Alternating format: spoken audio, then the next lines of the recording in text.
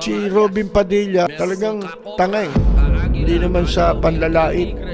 Yung mga pinagsasasabi niya, nagdudunong-dunungan siya bago mag-eleksyon nung pag-upo pa lang ni Digongyo hanggang sa bago mag-eleksyon. Mga pinagsasabi niya, parang alam niya eh, kaya yung mga tanga, boboto sigurado sa kanya.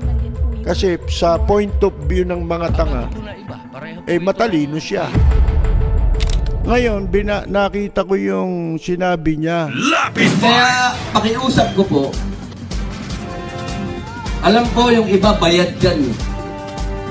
Alam ko yung iba troll. Troll po, yun yung mga kumikita. Para siraan ka, dyan sila kumikita.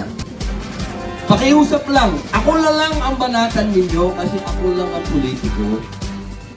Baka kung babanatan niya ako, humanap naman kayo ng totoong ibabanat nyo. Puro kasi nungalingan eh. Kasi wala kayong mahanap na butas sa akin. Yun ang problema. Oh, dito mo mapapansin ang leader ng troll, si Robin Padilla. Nakakita ba kayo ng troll na nakipag-usap tungkol sa issue lang? Wala nun. Na napakahalaga po ng alias sa gagawa panahon yan ng katangahang sagot kung saan kayo mapupunta. Wala naman out of the topic. Kumbaga, may paksa tayong pinag-uusapan, biglang papasok ang troll na iba sasabihin. Hindi ba? Iba ang sasabihin niya na mabubuisit ka. Ngayon, ikaw naman, pagka medyo mahina-hina ka, papatulan mo yan. Di ba? Pag pinatulan mo, nalechi na tayo. Di ba? Kaya ang mga banat ninyo, bobo yan, tanga yan, yan ang mga kaya lang nyo sabihin. Kasi pagdating sa pagnanakaw, sino ako? Anak ka ng pu. Anak ka ng pu. Anak ka ng pu. Talagang tanga eh. Mga kaibigan eh. Hindi naman sa panlalait. Kung hindi mahina ang kokote niyan, pangunawa niyan, gusto niya itawag sa kanya Robin Hood Padilla. Unang-una, gusto niya sigurong ipakita na Fernando po siya, mga kaibigan. Di ba? Pero, alam nyo, yung Robin Hood, sa kanto lang pinag-uusapan yun. Yung Robin Hood, pwede lang yun sa bilibid pag-usapan. Di ba? Kasi po, hindi mo pwedeng sabihin yan kung ikaw ay nasa public office. Hindi niya alam na yung Robin Hood magnanakaw. Ang ibig sabihin nun, magnanakaw. Di mahina ulo. Di ba? Pelikula lang yan eh. Yung si Robin Hood. Di ba si Robin Hood ay nagnanakaw?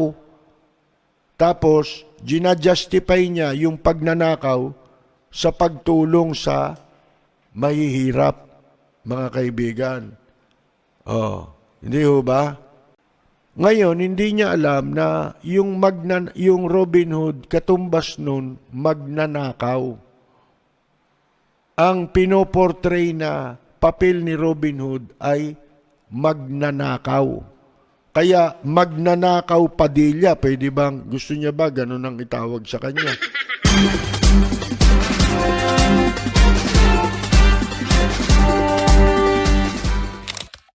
Sinasabi ko nga yung mga pinagsasasabi niya, nagdudunong-dunungan siya bago mag-eleksyon, nung pag-upo pa lang ni Digongyo, hanggang sa bago mag-eleksyon, mga pinagsasabi niya, parang alam niya kaya yung mga tanga, boboto sigurado sa kanya.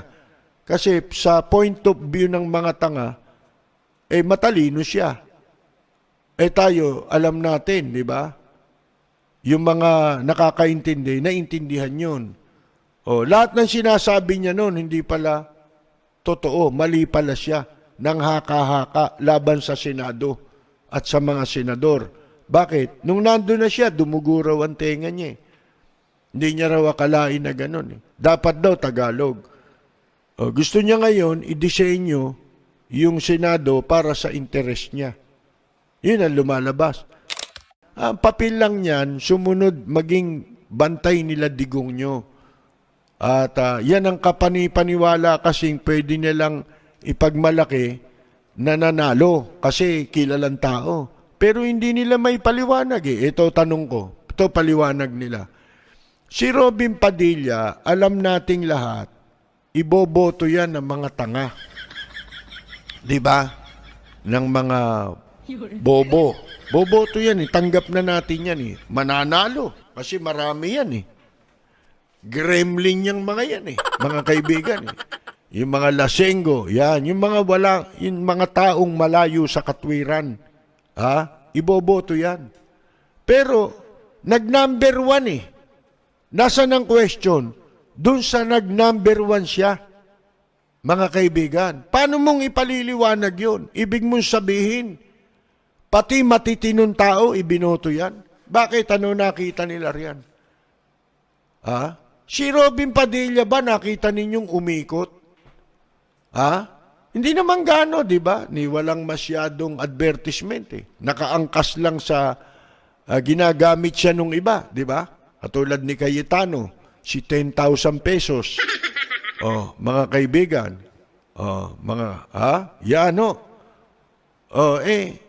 Bakit? Paano nangyari yun? Ibinoto ka rin nun? Sipin mo yun, mga kaibigan.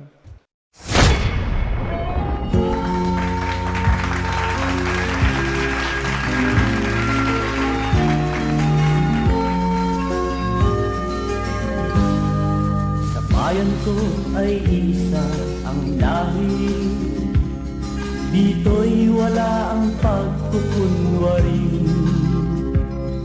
Hindi padadaig, sadyang kilala sa daigdig, may pagkakaisa sa bawat nais.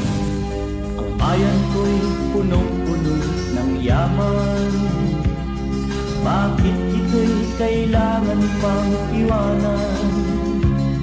Hindi nga ba't anong sarap mabuhay ng buong ganap?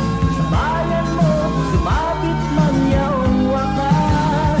Dito sa bayan ko, lahat kami pantay-pantay.